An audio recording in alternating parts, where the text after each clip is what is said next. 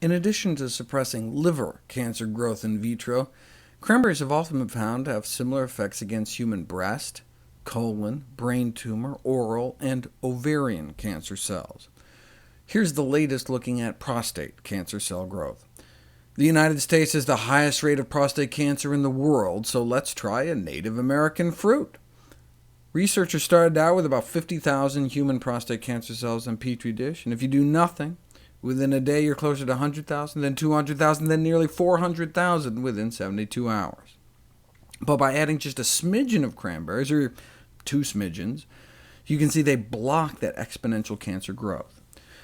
The reason they tested such tiny concentrations is that we only absorb a small fraction of the cranberry phytonutrients we eat into our bloodstream. Still, cranberries are cheap. If drug companies and supplement manufacturers are going to capitalize on this, they need to define cranberries' active ingredient. Here's some of the various phytonutrients in cranberries, so different fractions were tested against various types of cancer to find the magic bullet. Yes, the anthocyanin phytonutrients inhibit colon cancer cell proliferation, about 15%, for example, about the same with the proanthocyanidin fraction, but nothing compared to the total cranberry extract of the whole fruit. There seemed to be an additive or synergistic anti-proliferative effects resulting from a combination of the various components compared to individual purified phytochemicals. So it's always better to eat the whole fruit. How do you do that with cranberries, though? Although 5% of cranberries are sold fresh, the vast majority are consumed as processed products.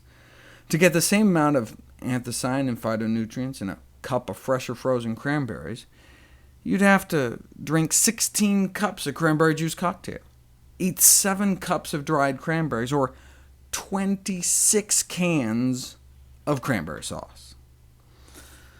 The problem is that raw cranberries are so tart that folks may opt for the dried. In a taste test survey, consumers said they wouldn't mind eating sweetened cranberries every day, whereas raw cranberries sloped down towards maybe once a year. The problem is dried cranberries tend to come sweetened.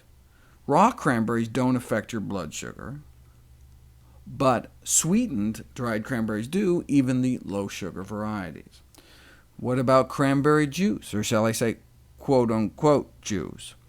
Cranberry cocktail is only about a quarter cranberry juice. The ruby red phytonutrients in cranberries and pure cranberry juice are powerful antioxidants, increasing the antioxidant capacity of our bloodstream within hours of consumption. But the high fructose corn syrup acts as a pro-oxidant, even if you add vitamin C to it, as they did here, canceling out some of the cranberry benefit. So how do you get the upsides without the down? Check out my pink juice video, where I offer a recipe for making no-sugar-added whole fruit cranberry cocktail.